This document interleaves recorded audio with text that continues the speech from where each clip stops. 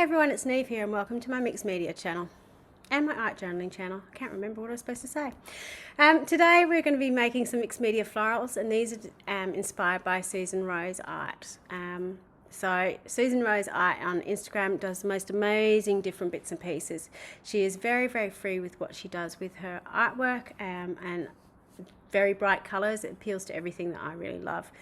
So I'm working in my watercolour journal, and I just popped a whole heap of water in the background, and then I'm just popping in colours and just sort of putting them in patches in the background. Now this is the background, so I'm not too concerned at the moment. I'm just placing down colours sort of in patches, not really thinking about it all that much, just putting down the watercolours and letting them do the do. So sort of bleed into colours, lighten them out with a little bit of water and so on. Just let them do their thing. So it's a little bit free, it's a little bit messy, and you know, it's everything I love really.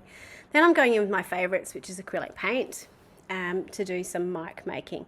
So you can see immediately sort of the difference in the qualities between the watercolour paint, which is sort of that really soft translucent paints in the background, and then putting some of the deeper acrylics over the top. So the first acrylic paint was lapis, and this is cheddar over the top as well.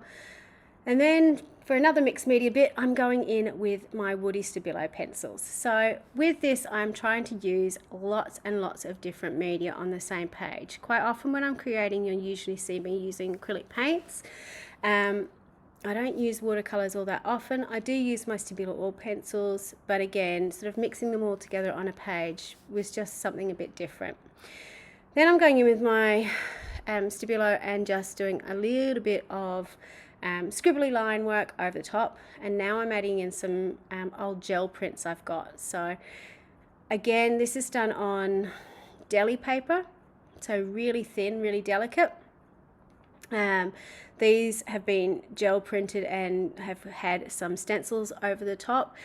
I did kind of go through my pack of gel papers and kind of choose something that had similar-ish colours to what I was using on the page, so bits of pink, bits of the blues and so on, just to sort of blend in a little bit. I'm then using some of my neon paint to blend those collage papers in, and a little bit of white, sort of like a gesso over the top too, to blend it away.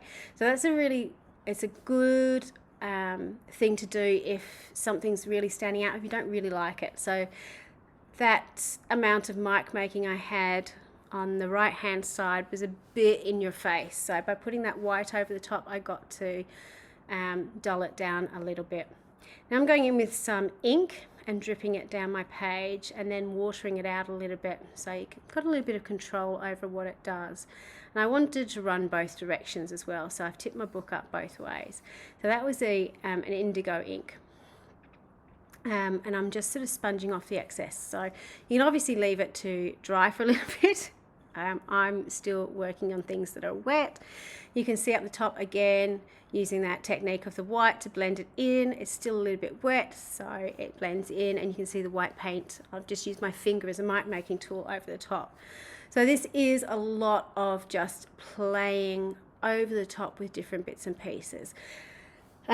Also into the wet paint, I have been scribbling in with my Stabilo oil pencil. So that sort of scrapes away some of that paint in the background and makes some really lovely dark marks. So as soon as the Stabilo oil pencil gets wet, it gets quite intense with the black, and sort of really stands in your face. Next, I'm going in with some paint pens, again to do a little bit more mark making. So really small little dots, bigger dots, trying to use some of those colours I've used in the background. So you can sort of see I've got the blue in the background with the acrylic paint, and now I'm bringing in some of that blue with the paint pen as well. I had some green, so I'm putting in some green again, sort of trying to make those visual triangles on the page. So where I've got sort of 3 patches of green on the page, I've sort of got 3 patches of the red coming through on the page, and so on. And it sort of helps bring it all together. Now I'm going in with my paint pen, just not paint pen, sorry, the hairdryer to, I can't speak, my heat gun to dry it off a little bit, and then I've got the metallic distress crayon to add a little bit of shimmer into my page as well. And you can see I'm sort of using my fingers to rub stuff in and to play around with it a little bit.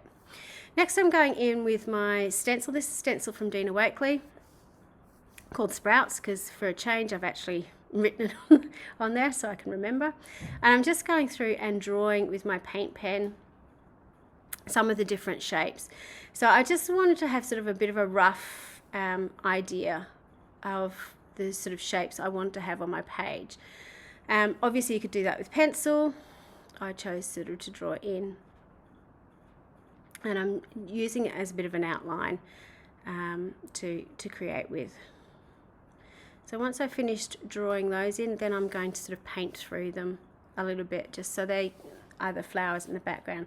Now obviously if you were really comfortable freehand drawing flowers, I would suggest you go for it. I'm just not a big botanical person. I absolutely adore when people can do them. I just personally really struggle with drawing them. So having that safety net of having a stencil I can use to help me out really helps me.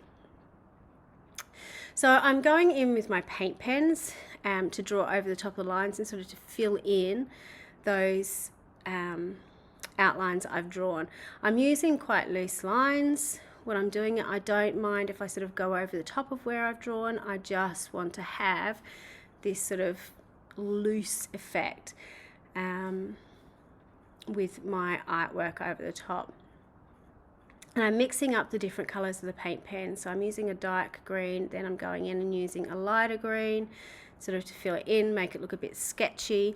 I want to have the effect that you can sort of see through it. So I'm using the lighter colour more as line work on the inside rather than colouring in completely the stenciled image.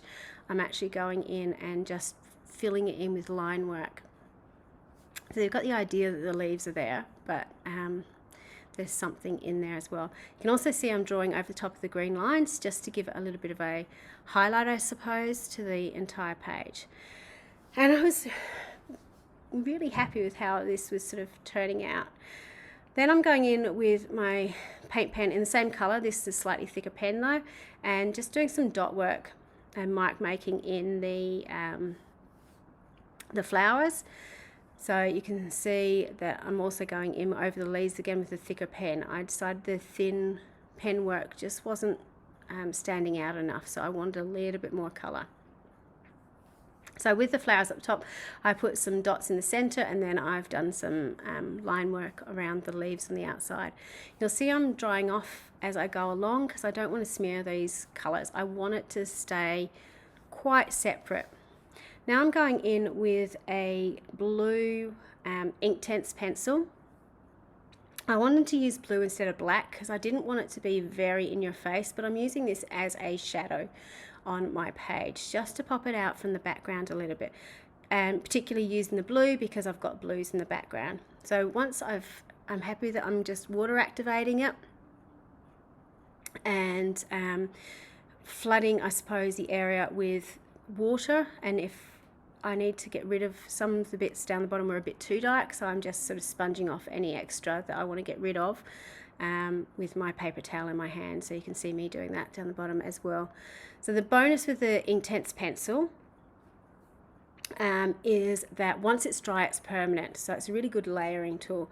With the Stabilo oil pencils, they're amazing, don't get me wrong, I use them all the time.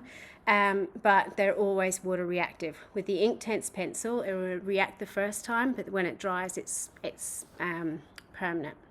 Now I'm just going in with my white paint pen to add some highlights onto those leaves. And again, you can sort of see the really scratchy lines over the top, just making it sort of look really hand-drawn, I suppose. Trying to take away the stencil line work of it, I suppose, just that little bit. And you can see how putting those shadows around those leaves has really pushed them out from the background, which is what I wanted to achieve with it. So you've got this sort of like floating flowers above this beautiful background. To finish off this, I wanted to put a quote on my page. And I had the perfect spot up in the sort of top right hand corner for that. So I'm just currently looking for a quote to put on the page, using Pinterest and looking for keywords. So I think it was like wildflowers or flower quotes, and it's let us live like flowers, wild, beautiful, and drenched in the sun, which I really loved. And I'm using long, thin, skinny fonts. I'm colouring in the holes of the letters, I suppose, just to give it a little bit of darkness to it. And then I'm going around with my paint pen once I've written it out and thickening up the downstrokes. So I do apologise for it being out of focus. It's focusing on my hair instead of the letters, but you can see where I'm sort of going in and creating those little flourishes on the letters, creating the fancy F, and then I'm going around with my white pen to give a little bit of a drop shadow. Now I'm only doing it over the letters that are on the background, because obviously the other page is white and you won't see it, but again, it's just something really, really subtle, but it just helps push the quote out from the background a little bit. You can see that here. So here's a close-up. You can see my stenciled image with the hand drawing over the top of it, that beautiful background, all that mark making playing together. So I hope you've enjoyed this little tutorial. Please check out Susan Rose's page as well. She's got some amazing bits of inspiration there. Thank you so much for watching. Until next time, bye for now.